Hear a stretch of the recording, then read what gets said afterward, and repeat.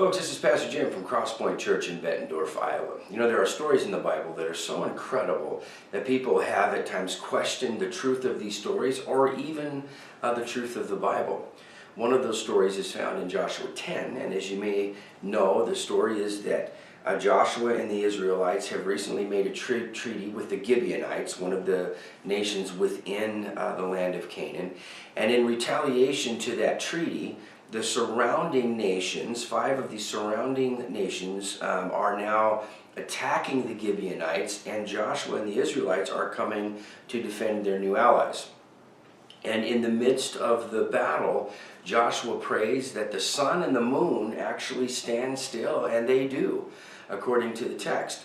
The sun and the moon stand still for nearly 24 hours, and Israel wins a great victory. So how do we interpret that in a 21st century? How do we understand it?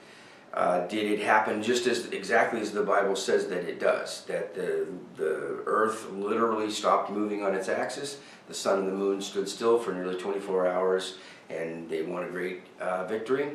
Was it something that happened regionally? Was there a refraction of light or an eclipse? Was there excessive cloud cover?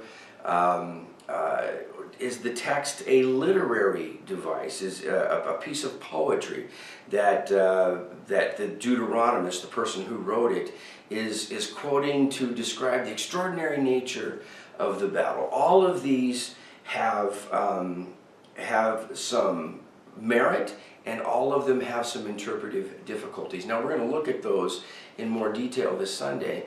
But the most extraordinary thing to the person that was writing it, a person known as the Deuteronomist, who wrote several hundred years after these events, and he's recording the events as they had happened at that time.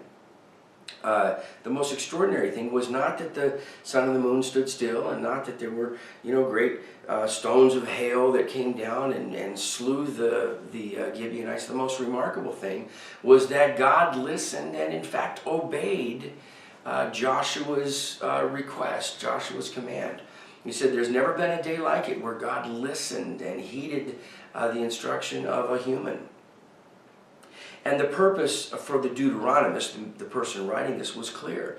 That we shouldn't get so hung up on the details of the battle, as extraordinary as those are, and miss the overall redemptive purpose of the narrative, which is that God listened, He heeded His people, and that He fought on behalf of the people of Israel. His redemptive purposes were moving forward. Jesus is something really similar in Luke. When He had sent out His disciples and they came back from a successful missionary venture, and they're rejoicing that they're saying, even the demons submit to us in your name. And Jesus says, well, that's great.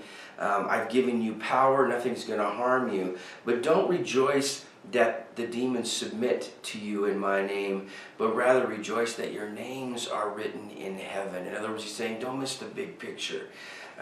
Just as the person writing the book of Joshua is saying, don't miss the big picture.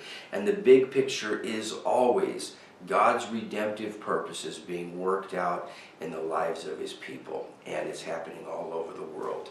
A good friend of mine said, God does weird things, and He doesn't need to explain Himself to us. And this is certainly true.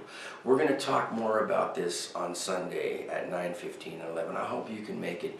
You're going to learn some things about your God, and you're going to learn some things about His redemptive purposes in your life. I hope you can join us. Thanks for listening. I'll see you then.